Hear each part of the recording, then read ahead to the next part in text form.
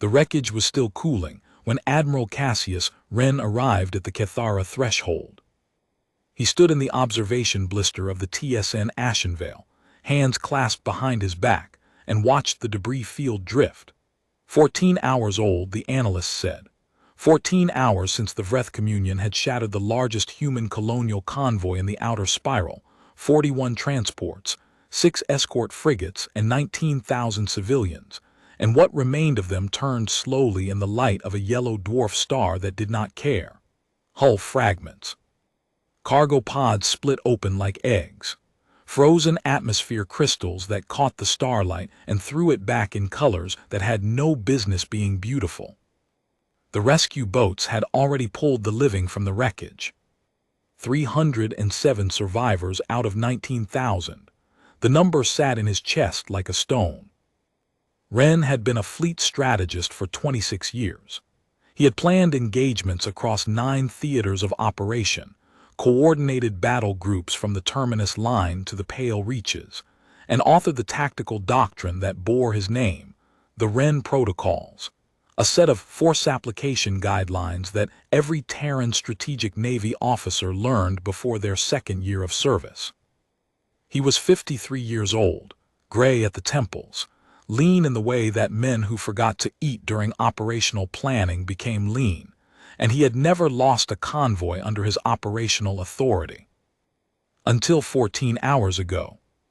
His aide, Lieutenant Commander Priya Osai, stood 2 paces behind him. She had not spoken since the last rescue boat docked.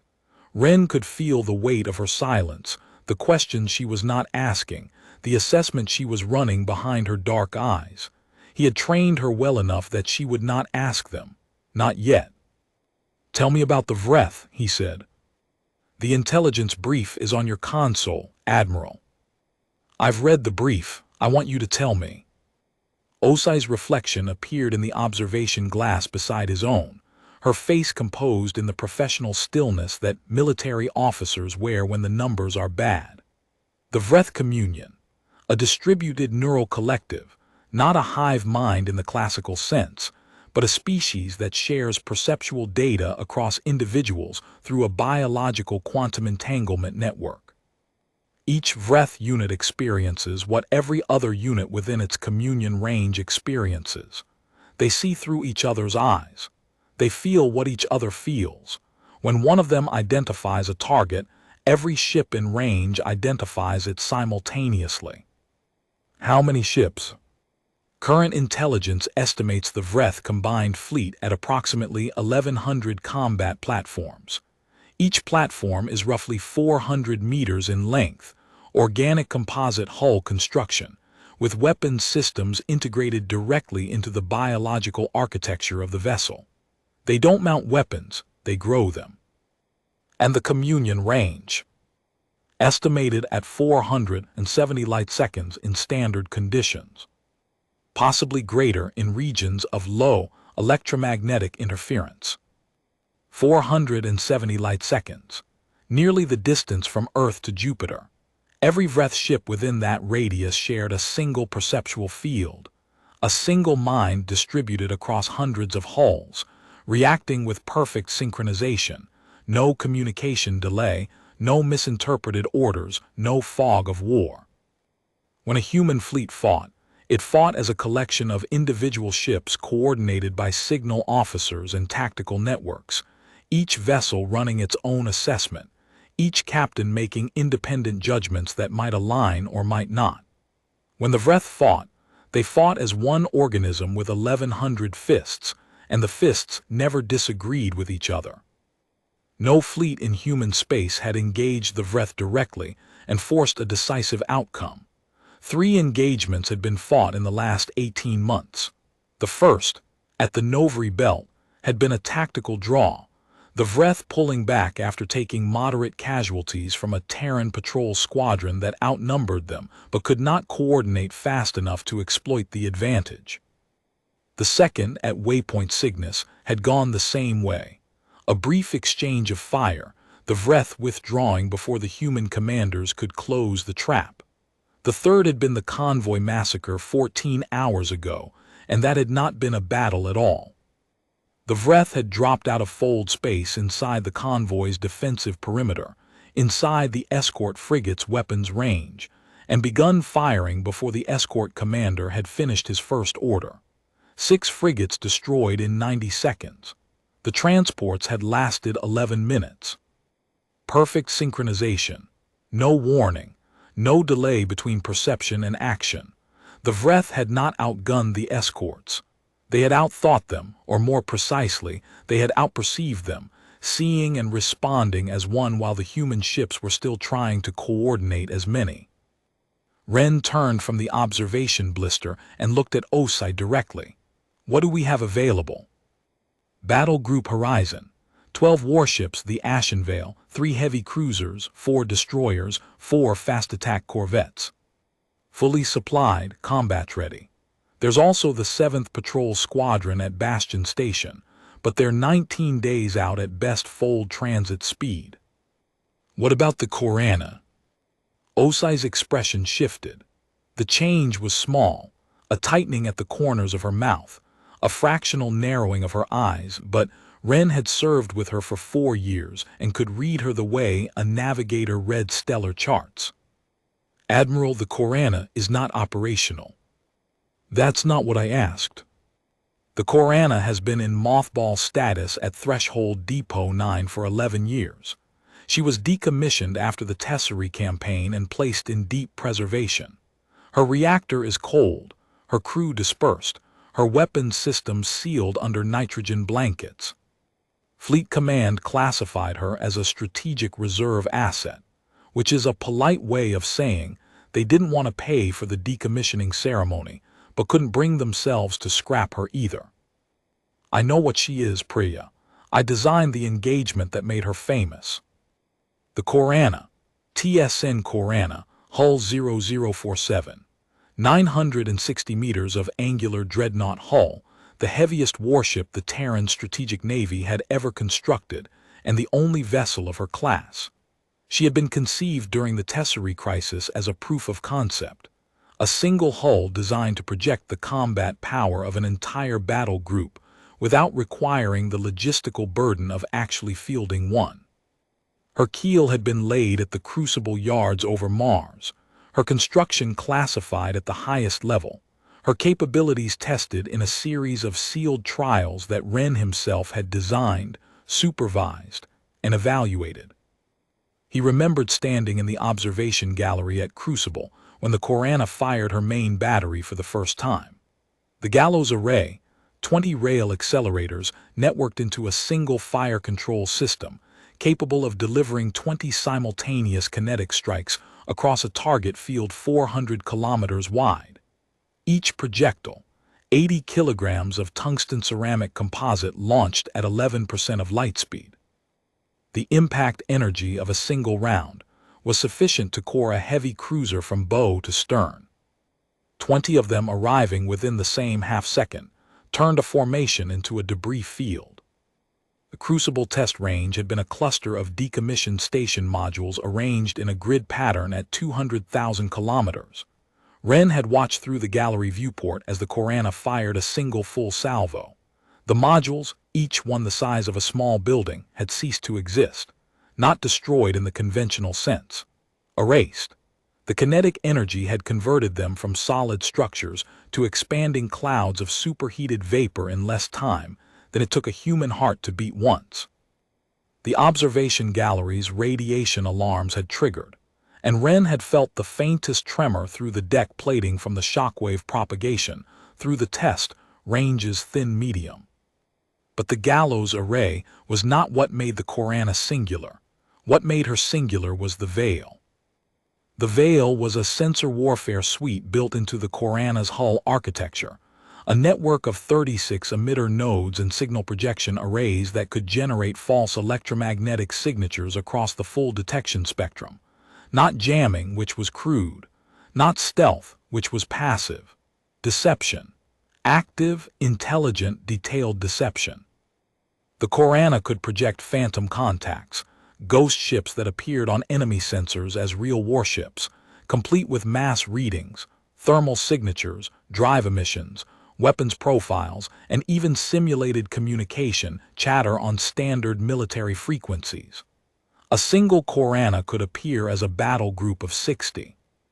A battle group accompanying a Korana could appear as an armada. The Tesserae Convergence had learned this 11 years ago. They had sent 400 warships against what their sensors told them was a lone human dreadnought operating without escort in contested space. An irresistible target, a gift. The Tesserae had closed to engagement range in a standard envelopment formation, confident in their 400-to-1 numerical advantage. At 150,000 kilometers, the Korana had activated the veil, and 60 Phantom warships had materialized on every Tesserae sensor array simultaneously. 60 contacts where a moment earlier there had been one. The Tesserae formation had fractured. Some ships had turned to face the new contacts. Others had held course. Others had attempted to retreat. The Korana's gallows array had fired into the chaos. 312 Tesserae warships destroyed in 19 minutes. The remaining 88 had scattered into fold space and never reformed as a coherent force. The engagement had been Wren's design from first concept to final execution. The tactical doctrine, the approach vector, the timing of the veil's activation, the fire control solution for the gallows array, the precise moment when the phantoms appeared and the precise bearing from which they seemed to arrive, all of it had come from his desk. The Korana's captain at the time, Commander Alara Thane, had executed it with surgical precision. Wren had watched from the Ashenvale's tactical center, 2 light minutes away, as his plan unfolded exactly as he had drawn it on a holographic display table 9 months earlier. That had been the Korana's last combat deployment. The Tesserae had sued for peace within a week, and the Navy had mothballed the Korana 6 months later, too expensive to maintain during peacetime, too politically sensitive to operate openly, too valuable to scrap. She sat in Threshold Depot 9, her reactor cold, her hull sealed, her legend growing in the telling until the real ship was buried under the myth. The legend said the Korana had destroyed 400 ships alone. The truth was 312 confirmed kills, 19 minutes, the veil projecting 60 Phantom warships to break the enemy's cohesion before a single round was fired. The legend made it sound like raw, invincible power. The truth was that it had been a strategy, Wren's strategy, executed by a ship built to make strategy physical. How long to bring her online? Wren asked. Os consulted her datapad, scrolling through technical specifications she had clearly already reviewed in anticipation of the question. Threshold Depot 9 is 9 hours from our current position at maximum fold transit. The Korana's preserved systems are rated for a 12-hour cold start sequence, reactor ignition, system diagnostics, weapons spin-up, navigation calibration, hull integrity verification. Call it 22 hours from departure to operational status, assuming no complications. Complications. She's been cold for 11 years, Admiral. The reactor containment seals have thermal cycling limits. The gallows array's magnetic coils may have degraded. The veil's emitter crystals are rated for 15 years of storage, but that rating assumes perfect preservation conditions, and Threshold Depot 9 is a brown dwarf facility with known vibration issues from tidal forces. There will be complications. Assign a reactivation team, Commander Hollies and his engineering section. Send them ahead in the fast courier. They can start the cold start while we transit. Osai nodded, already composing the orders on her datapad. Then she paused. Admiral, Fleet Command hasn't authorized the Korana's reactivation. I'm authorizing it. Sir, the Korana is classified as a strategic reserve asset under the direct authority of the Joint Chiefs. Reactivation requires a formal request through the chain of command, review by the Strategic Assets Board, and sign-off from at least 2 flag officers of admiral rank or above. The process takes. Priya, his voice was quiet, Not soft, there was nothing soft about Cassius Wren when lives were in the calculation. Quiet. The quietness was the point. 19,000 civilians, 307 survivors. The Vreth will hit another convoy within the week. Their operational pattern is accelerating, and there are 4 more convoys in transit along the Cathara corridor right now. I have 12 warships against a collective mind that fights as one organism and fields 1,100 platforms. Fleet command is 41 light-years away, and their fastest courier takes 6 days. I am the senior officer in this theater of operations, and I am telling you to send the reactivation order. Osai held his gaze for 3 full seconds, then she turned to her console. The fast courier departed 18 minutes later. Commander Hollies and 42 engineers from the Ashenvale's reactivation qualified pool, carrying authorization codes that Wren had signed with his own command seal, and a full, private awareness that his career was now balanced on the edge of a blade. If the Korana worked and the engagement succeeded, he would be the officer who stopped the Vreth advance. If it failed, he would be the officer who unauthorized a strategic asset, lost a national treasure, and compounded one disaster with another. Courts-martial had been convened for less. He had done the calculation, the kind of calculation that does not involve numbers. The Vreth's perceptual communion was their supreme advantage, perfect synchronization, no fog of war, every ship a cell in a single organism that responded to threats with a speed and coherence that no collection of individual minds could match. Against a conventional fleet, it was devastating. The communion saw truth. It processed truth. It acted on truth faster than its enemies could generate orders. Against a conventional fleet accompanied by 40 to 60 phantom warships that the Vreth's shared perception would register as real contacts, flooding their collective awareness with false sensor data, forcing them to process and classify more information than even a distributed mind could reconcile while simultaneously taking real kinetic fire. It was something else entirely. The legend of the Korana said she was a weapon. The truth, which Wren understood better than anyone alive because he had built the truth from a blank page, was that she was a question.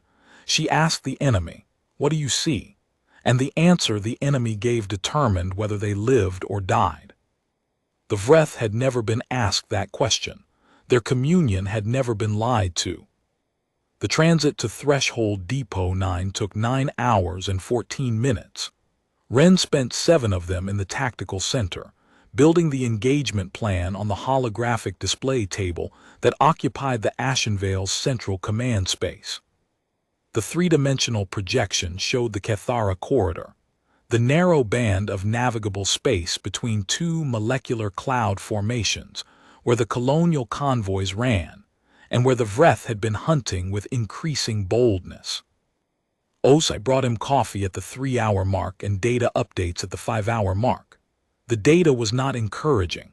Long-range sensor platforms along the corridor had detected 2 additional Vreth emergence signatures in the last 48 hours, probing actions, the communion testing the boundaries of its hunting ground, mapping the human response patterns. Each probe was closer to the active convoy routes than the last. The Vreth were systematic in the way that a predator that has discovered a game trail is systematic, patient, methodical, and certain that the prey would come to them. The plan took shape the way Wren's plans always did, from the enemy's perspective first, then backward to the human position. He thought like the Vreth. He imagined the communion, the shared perception, every sensor reading pooled, every tactical assessment instantaneous. He imagined what the communion saw when it entered an engagement space, a perfect map of reality, every contact classified, every threat assessed, every variable known. He imagined the confidence that came from perfect knowledge. And then he imagined what would happen to that confidence when perfect knowledge was no longer perfect. He imagined a communion that had never doubted a sensor reading. He imagined 400 ships sharing a single moment of uncertainty, multiplied across every mind in the network, each node's confusion feeding back into the collective and amplifying. Not panic. The Vreth were not panickers. Something worse. Cognitive overload in a system that had never needed error correction because it had never received erroneous data. Osai watched him work without interrupting. She had learned years ago that when Ren stopped moving and stared at the holographic display without speaking, he was running the engagement in his mind, playing both sides, testing every variable, breaking his own plan and rebuilding it. She had also learned that the quality of the plan correlated directly with how long the silence lasted. This silence lasted 47 minutes. When he finally spoke, his voice carried the flat certainty of a man who had found the answer and disliked it, but accepted it anyway. The convoy cannot know we're there. Sorry. Battle Group Horizon escorts the refugee column through the corridor. Standard defensive formation. Standard doctrine. The Korana positions above the engagement plane in the molecular clouds, silent and dark. When the Vreth engage the convoy escort, they must see only 12 warships. The escort must fight as if those 12 are all there is. Admiral, you're asking Captain Tors to engage over 400 Vreth platforms with 12 ships, and no knowledge that reinforcements exist. I'm asking him to do his job and trust that I'm doing mine. If his crews know the Korana is overhead, their confidence will bleed into their electromagnetic profiles. The Vreth will taste it. The Vreth had fought species that broadcast honest signals. Ships that appeared on sensors were ships. Drive signatures meant engines. Thermal blooms meant weapons charging. The perceptual communion processed reality with total fidelity because reality, in the Vreth's entire evolutionary and military experience, had always been consistent. Their shared perception was an instrument tuned to truth, and it had never encountered anything else. The Veil did not deal in truth. At 04:17 the next morning, ship time, the Ashenvale and Battle Group Horizon dropped out of fold space at Threshold Depot 9. The depot was a collection of pressurized maintenance docks and automated storage bays orbiting a brown dwarf in an otherwise empty system, a dead star circled by the military's forgotten inventory. Functional, unglamorous, classified. The kind of place where the Navy put things it wanted to keep but not think about. The Korana floated in Dock 7, held in zero-gravity clamps that had not released in over a decade. Her hull was dark, her running lights dead, her 960 meters of angular silhouette backlit by the faint amber glow of the brown dwarf. Even cold and dead, she was something. The hull was a brutal geometry, a central spine of reinforced titanium composite armor widening into a broad, flat weapons platform at the forward section. The gallows erased 20 rail accelerators visible as dark channels cut into the hull plating like old surgical scars. The aft section flared into 4 massive engine nacelles, each one large enough to dock a corvette inside, their drive bells dark and still. Along the hull's length, 11 years of exposure to cosmic radiation and the brown dwarf's faint thermal cycling had bleached the original gunmetal finish into a mottled pattern of gray and weathered silver, like scar tissue on metal. She looked dead. She looked like a monument to a war that was already history. Ren's shuttle circled the dock once before approach, and through the viewports the Korana's scale became visceral.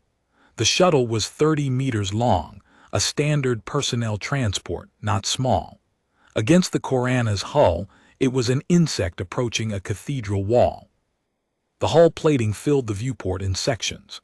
Here, a stretch of original titanium composite that had survived the Tesserae engagement without a scratch, still bearing the Crucible Yard's manufacturing stamps in raised lettering. There, a massive patch of replacement armor, darker, rougher, welded over battle damage from the Pellis reduction campaign. The weld seems visible as thick silver ridges. And there, running along the ventral surface, the long dark channel of the gallows array's primary rail accelerator. A groove cut into the living metal of the hull, perfectly straight, 40 meters wide, and running the full forward length of the weapons platform. The shuttle docked. Wren stepped through the umbilical into air that was cold, thin, and still.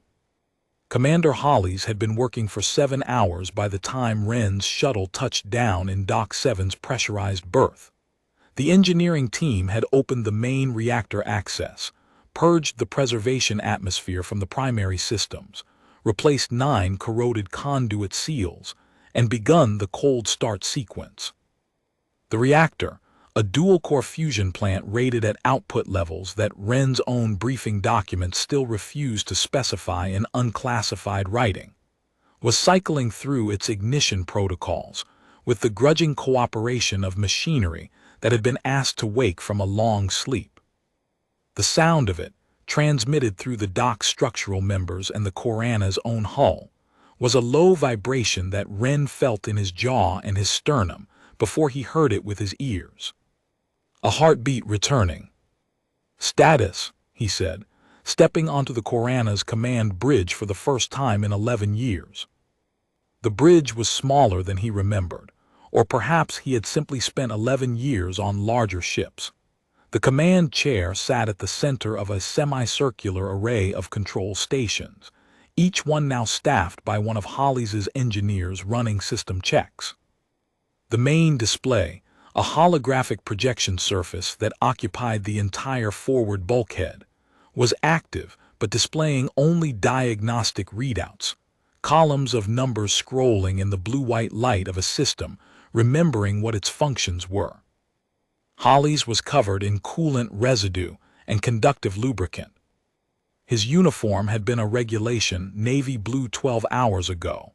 Now it was a forensic record of every system he had opened, cleaned, and resealed. He looked exhausted and professionally satisfied in the way that engineers looked when machinery was cooperating, despite its determined efforts not to.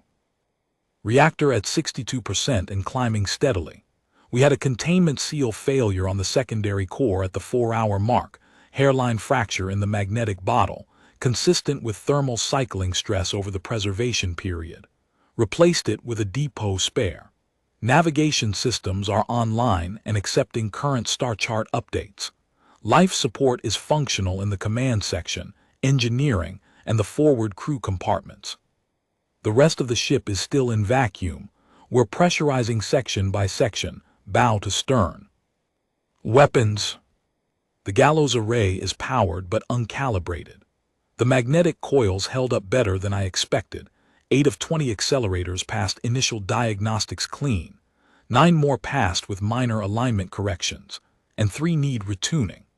I need 4 more hours for a full fire control calibration across all 20 tubes, and that's assuming the targeting computers don't throw cascade errors when they realize it's been 11 years since anyone asked them to solve a fire control problem. And the veil. Hollies' expression changed. The professional satisfaction dimmed, replaced by the specific look engineers wore when they had to deliver news that was technically acceptable and practically concerning.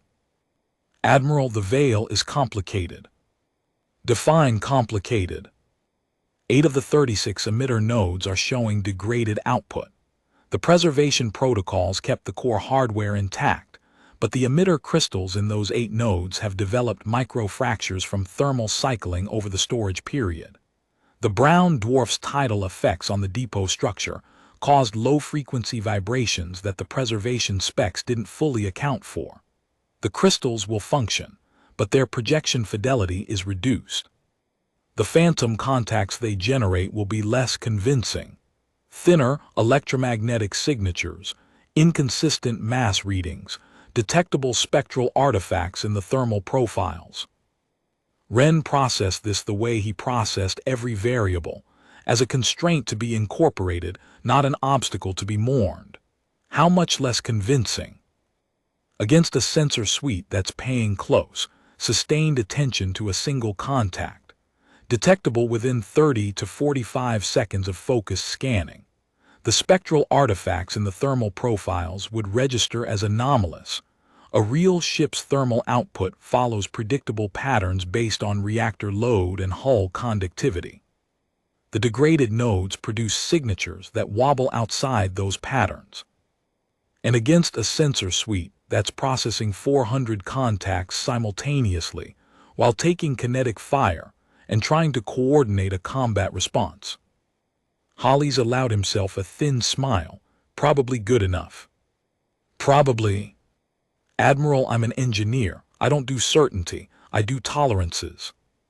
Wren almost smiled.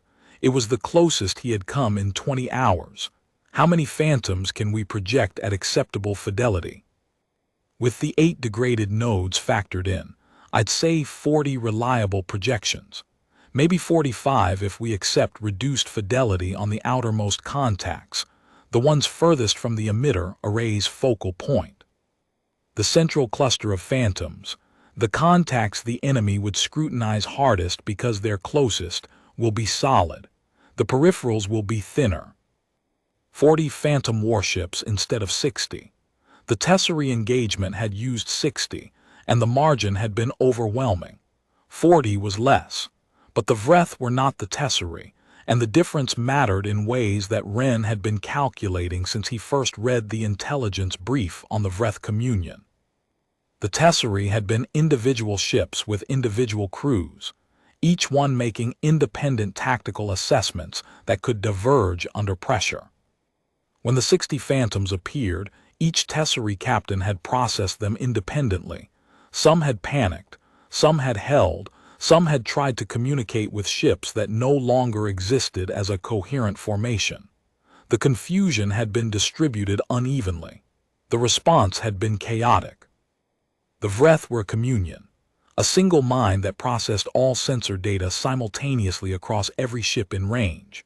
When the phantoms appeared, the communion would absorb them all at once. Every Vreth ship would detect 40 additional warships in the same instant, and the communion would have to reconcile those contacts with its existing tactical picture, not ship by ship, not captain by captain, but all at once, as a single cognitive event distributed across 400 minds. The question was whether a mind that had never been deceived would recognize deception in time to reject it. Wren believed it would not because the Vreth were stupid, they were not, but because their strength was their vulnerability. The communion's power came from processing truth with perfect fidelity. It had evolved in a universe where sensor data was reliable, where the electromagnetic spectrum did not lie, where what you perceived was what existed. The concept of sensor deception, of a ship that deliberately projected false data to create ghost contacts, was not merely outside the Vreth's tactical doctrine. It was outside their evolutionary experience. They had never needed to doubt what they perceived, and a mind that has never doubted does not develop the cognitive architecture for doubt in the 4.7 seconds between a veil activation and a gallows array salvo. Wren turned to the command bridge's main display. The holographic projection had shifted from diagnostics to tactical mode, showing the Cathara corridor in cold blue wireframe. The molecular clouds rendered as translucent walls of swirling particle density, the convoy routes marked in amber, the Vreth's last known position and projected movement patterns marked in crimson. Bring me the convoy schedules for the next 72 hours. Osai had followed him aboard. She provided the data without comment. 3 convoys in transit through the corridor, Colony Transport Group 9, Industrial Supply Chain 14, and a civilian refugee column from the outer settlements that had been designated Emergency Corridor 7. The refugee column was the slowest, the most vulnerable, and based on the Vreth's accelerating pattern of attacks, the next target. 38 transports carrying 26,000 people, families, children, colonists who had been told the Cathara corridor was safe. When does Emergency Corridor 7 enter the Cathara threshold? 31 hours from now, Admiral. Wren looked at the display. The numbers arranged themselves in his mind the way they always did, not as calculations on a page, but as shapes, geometries, a three-dimensional architecture of force and time and space that he could rotate and examine from every angle. He had 31 hours to finish reactivating the Korana, calibrate the gallows array, Form Battle Group Horizon into an escort formation around the refugee column. Position the entire force at the point in the corridor where the Vreth's predicted approach vector would bring them into contact range, and place the Korana in the precise position where the Veil's 40 phantoms would have maximum effect. And then he had to sell a lie to a mind that had never been lied to. Commander Hollies, you have 28 hours. The Korana fights at hour 29, ready or not. Understood, Admiral, she'll be ready. She'd better be. Wren left the command bridge and walked the Korana's central corridor alone. The overhead lights had not been activated in the secondary sections. Emergency strips cast a dim amber glow along the deck plates, and the air was cold, thin, and tasted of the preservation chemicals that had kept the ship's atmosphere from corroding her internal systems for 11 years. His footsteps echoed off bare metal walls, and the ship around him vibrated with the rising pulse of her reactor, a heartbeat strengthening, a body warming. He stopped at a junction where the corridor branched toward the forward gunnery section. On the bulkhead, someone had stenciled a line in regulation fleet typeface. Hull 47, TSNKORANNA, laid down 2471. Commission 2474, Battle Honors. TESSCRI Convergence, PELLUS Reduction, Corridor Station. 3 Battle Honors, 3 engagements. In each one, Wren had been the architect and the Korana had been the instrument. In each one, the same principle had held. The Korana's greatest weapon was not the gallows array, not the armor, not the reactor output. It was the veil. It was the lie. It was the gap between what the enemy perceived and what was real, and the catastrophic decisions the enemy made inside that gap. The legend said the Korana was invincible. The truth was that the Korana was persuasive. 27 hours later, the lie was in position. The refugee column, 38 transports, 26,000 souls, the youngest passenger 11 months old, moved through the Cathara threshold in a standard defensive formation. Battle Group Horizon flanked them, the Ashenvale at the center, 3 heavy cruisers at the cardinal points, 4 destroyers running close escort, 4 corvettes screening forward and aft, 12 warships, a reasonable escort for a high-value convoy in contested space. The Korana was not with them. She was 800,000 kilometers above the convoy's plane of travel, drifting in the electromagnetic shadow of a dense molecular cloud formation with her drive emissions reduced to passive cooling levels, her hull dark, her running lights killed. The Veil's emitter array was charged and waiting. The gallows array was calibrated. Hollies' team had completed the fire control alignment with 90 minutes to spare, and 2 of the 3 problem accelerators had passed retuning. The third had been locked out, 19 functional rail tubes instead of 20. Hollies himself had fallen asleep in the fire control room with a calibration wrench still in his hand, and Wren had ordered no one to wake him. Wren stood on the Korana's command bridge and watched the convoy's transponder signals crawl across his tactical display. He had transferred his flag from the Ashenvale 2 hours earlier, leaving Captain Nils Tors in direct tactical command of Battle Group Horizon with precise and specific instructions. Maintain formation around the convoy, respond to any Vreth contact as per standard defensive doctrine, fight hard and fight genuinely, and critically, do not deviate from the formation plan regardless of what the sensors showed. Regardless of what the sensors show was the operative phrase. Tors had given Wren a long look when he said it, the look of a competent officer who understood that he was not being told everything and was professional enough not to demand it. Wren had not explained further.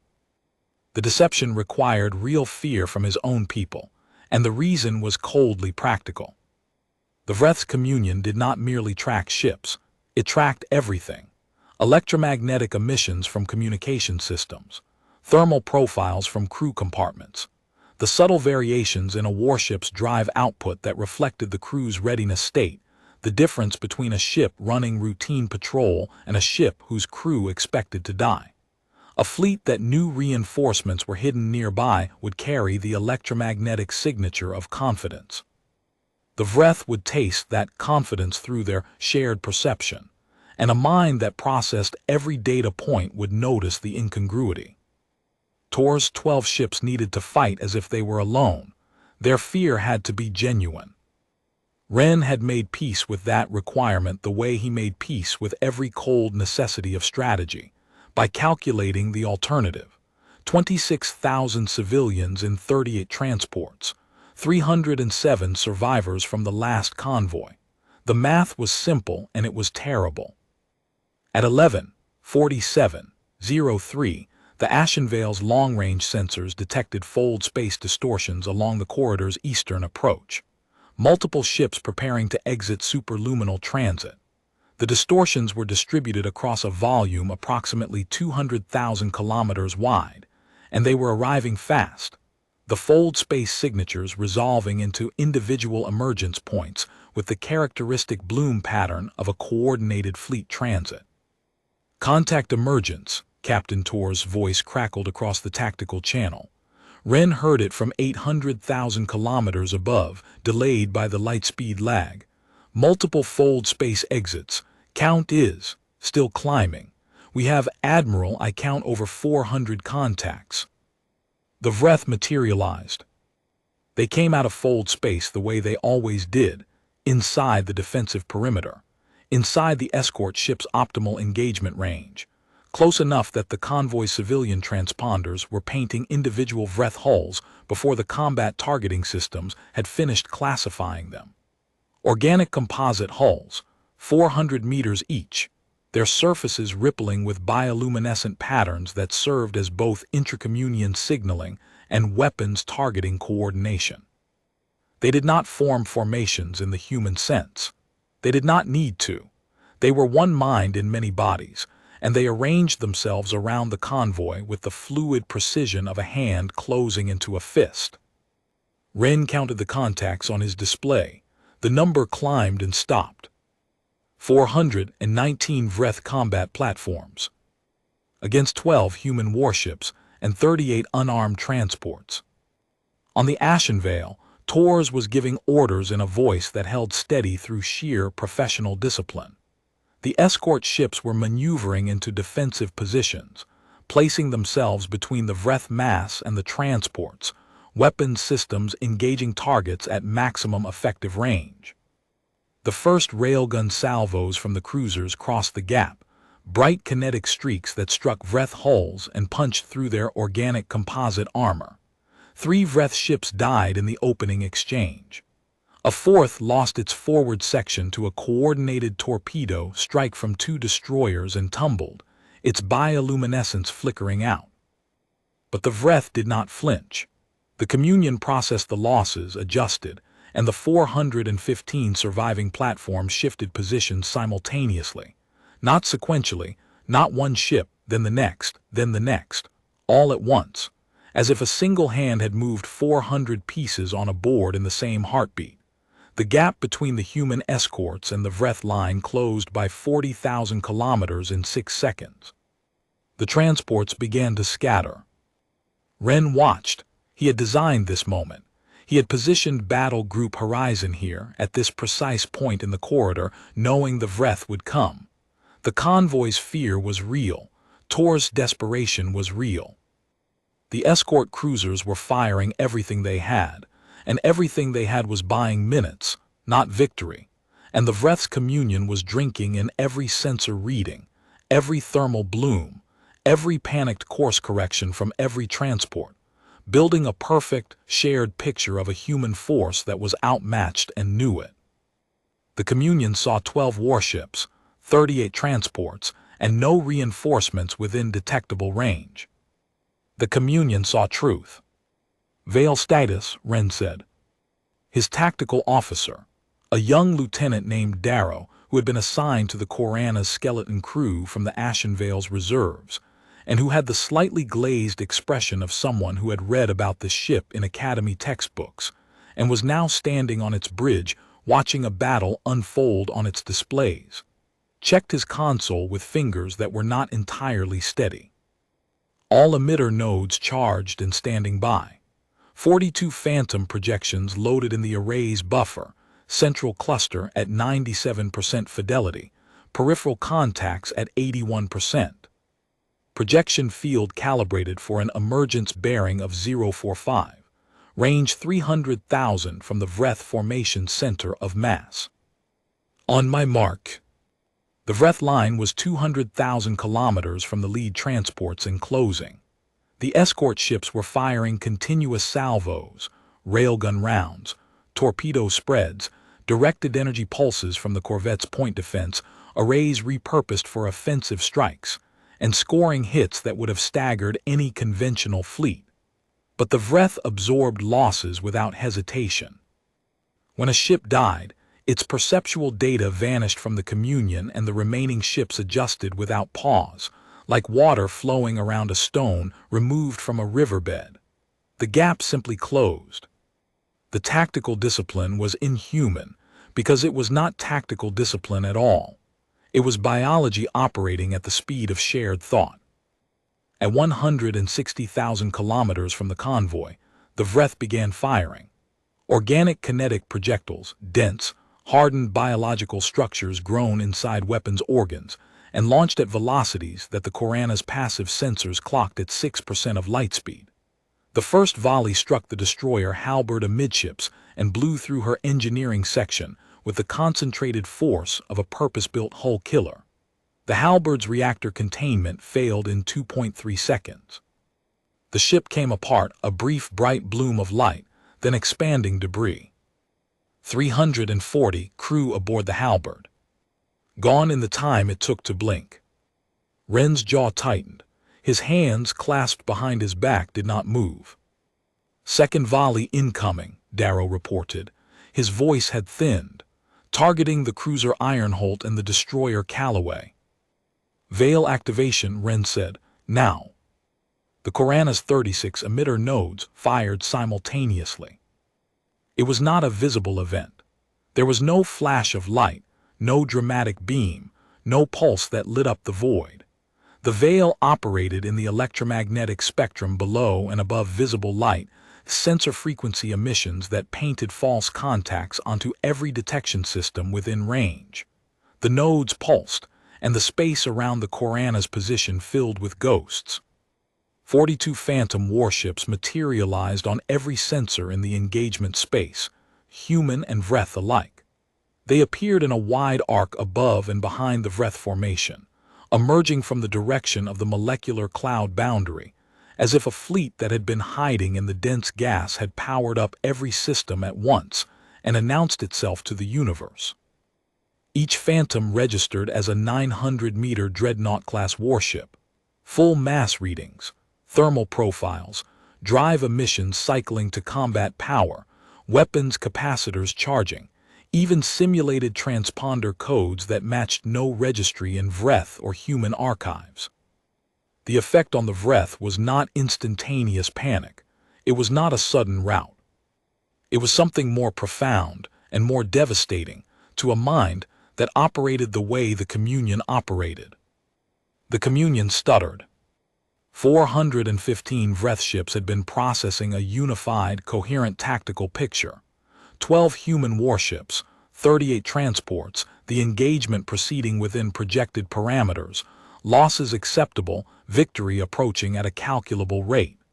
And then, in a single perceptual heartbeat, that picture detonated. 42 massive new contacts flooding the Communion's shared awareness. Contacts that had not existed 1 second earlier. Contacts that every Vreth ship detected simultaneously with full sensor fidelity. Contacts that demanded classification and threat assessment and response calculation. The Communion did what it was built to do. It processed everything. And processing was the weapon. Every Vreth ship in the engagement space devoted perceptual bandwidth to the new contacts. Were they real? Were they threats? Were they the same class as the warships already engaged? What was their approach vector, their weapons status, their probable intent? The Communion had never encountered sensor deception at this scale. Its shared perception was tuned to truth, and truth had always been sufficient. Now truth was contaminated with 42 impossibilities, and the communion had no evolutionary protocol, no learned doctrine, no instinctive response for contaminated truth. The Vreth formation did not break, it hesitated. A collective pause of 4.7 seconds during which 415 organic warships stopped their coordinated advance, their biological drives flickering between acceleration and station keeping, as the communion attempted to reconcile 42 phantom contacts with the tactical model it had built from a lifetime of fighting in a universe where sensor data did not lie. 4.7 seconds. In naval combat, at closing velocities measured in percentages of light speed, 4.7 seconds was a geological age. It was enough time for a railgun round to cross 70,000 kilometers. It was enough time for a torpedo's terminal guidance to acquire, lock, and detonate. It was enough time for a fleet strategist who had spent 26 years studying the mathematics of force application to recognize the moment when mathematics ceased to matter, and the engagement became a certainty. "Gallows array," Wren said. His voice was level, unhurried, the voice of a man executing a plan he had built from the ground up. "Full salvo. Target the communion's densest formation cluster, coordinates on your display." The Korana fired. 19 tungsten ceramic rounds left the rail accelerators at 11% of light speed. They crossed 800,000 kilometers in 22 seconds and arrived at the Vreth Formation center of mass with combined kinetic energy equivalent to a focused asteroid strike distributed across 19 discrete impact points. The rounds punched through Vreth organic hulls the way a needle passes through wet paper, entering through the armored carapace, traversing the ship's internal biological structure, and exiting through the far side still carrying lethal velocity. Each transit left a channel of superheated gas, shattered organic material, and explosive decompression. 14 Vreth ships died in the first salvo. 3 rounds that missed their primary targets continued through the formation and struck ships beyond transit kills at secondary range. 2 more dead. 16 ships destroyed in 22 seconds. The communion shuddered. Wren saw it on his tactical display. The Vreth formation losing its fluid coherence. Ships adjusting and readjusting as the shared perception tried to process 16 simultaneous deaths, while still classifying 42 phantom contacts that defied every model the communion had ever relied upon. Second salvo, same targeting parameters, fire. 19 more rounds, 22 more seconds of flight.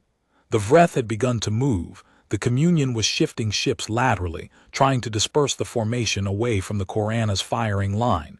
But the Gallows Array's fire control system had been designed for exactly this response.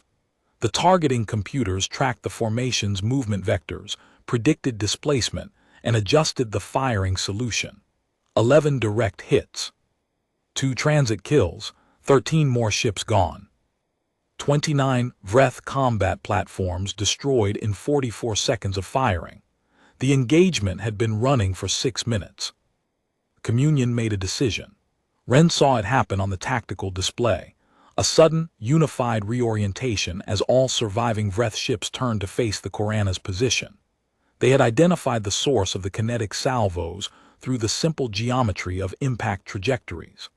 The phantoms were still present on their sensors, still saturating the communion's perception with false data, but the Vreth had determined through 2 volleys of very real impacts exactly where the real shooting was coming from. "They're turning on us," Darrow said. His voice was thin and controlled. "Expected," Wren said. "Third salvo." "Fire." The Korana's rail accelerators launched again. 18 seconds into the salvo's flight time, Wren gave his next order. "Veil, shift projection pattern. Collapse the phantom formation at bearing 045 and regenerate at bearing 175, range 400,000. Match the profile to a second battle group arriving from the corridor's western approach." The Phantom fleet vanished from one position and rematerialized in another. 42 dreadnought-class contacts appearing on a new bearing, a new angle, a new threat axis that the Communion had to process from scratch. The Vreth formation, already committed to a heading change toward the Korana, now faced the apparent arrival of a second large force from a completely different direction. The Communion stuttered again. Longer this time, 6.1 seconds of formation indecision, as the surviving ships flickered between course corrections, their biological drives pulsing in contradictory patterns as the shared mind tried to face two directions at once while processing more contradictory sensor data than it had ever encountered. Fourth salvo, fire. Fifth salvo, fire. Shift the Phantoms. Split the projection. 20 contacts at bearing 090, 22 contacts at bearing 260. Vary the fidelity distribution. Make it look like a pincer closing. The Phantoms split into two groups. The Vreth Communion now perceived a fleet that was everywhere, warships emerging from every bearing, closing from multiple vectors.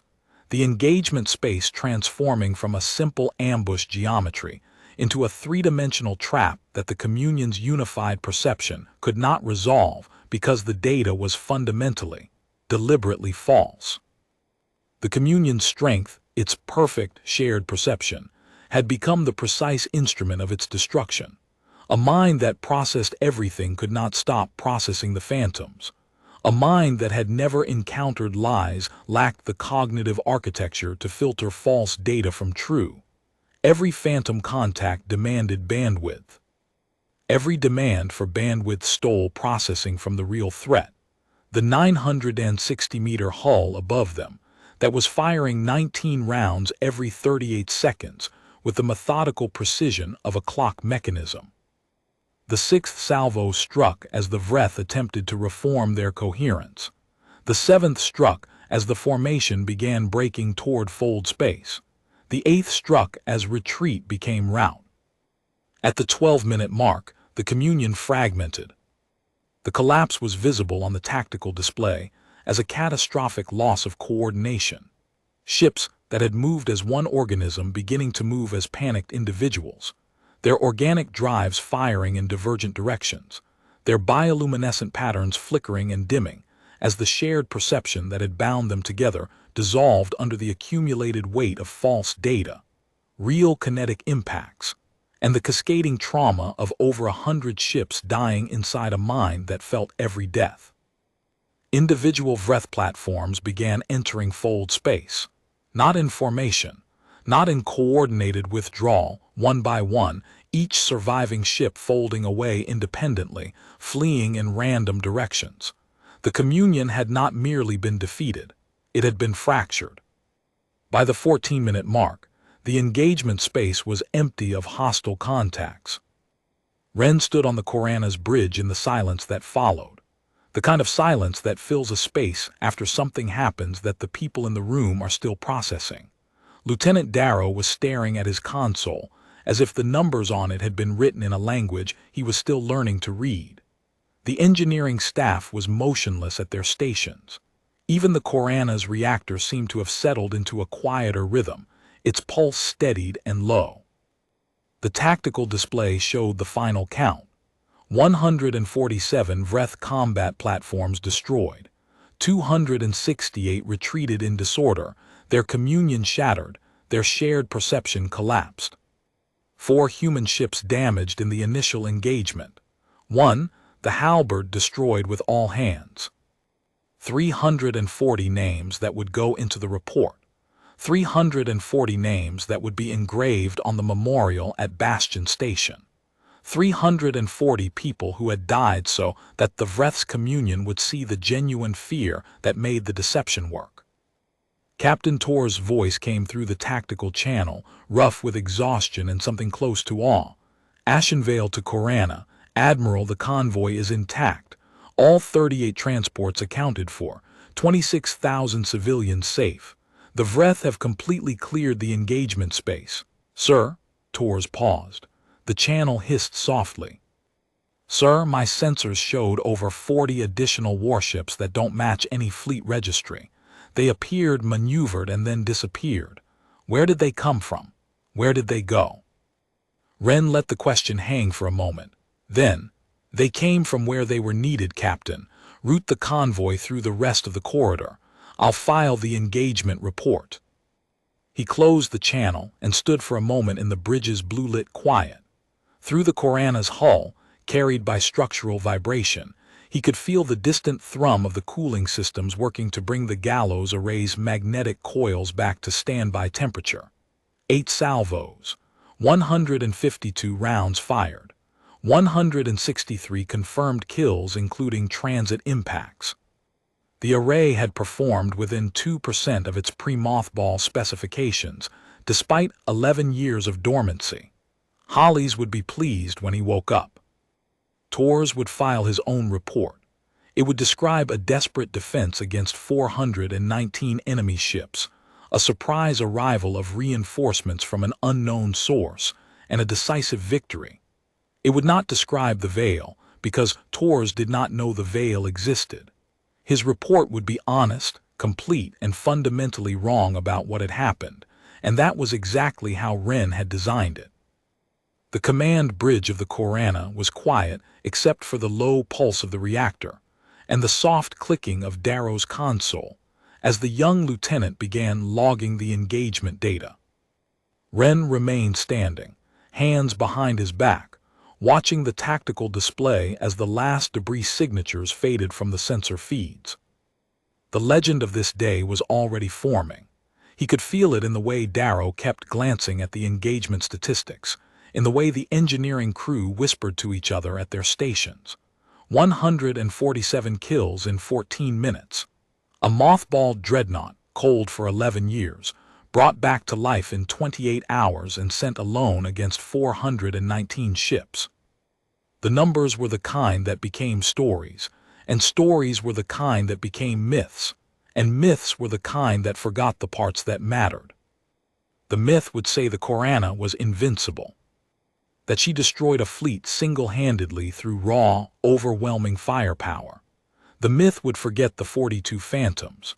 It would forget the 4.7 seconds of communion hesitation that made the first salvo decisive.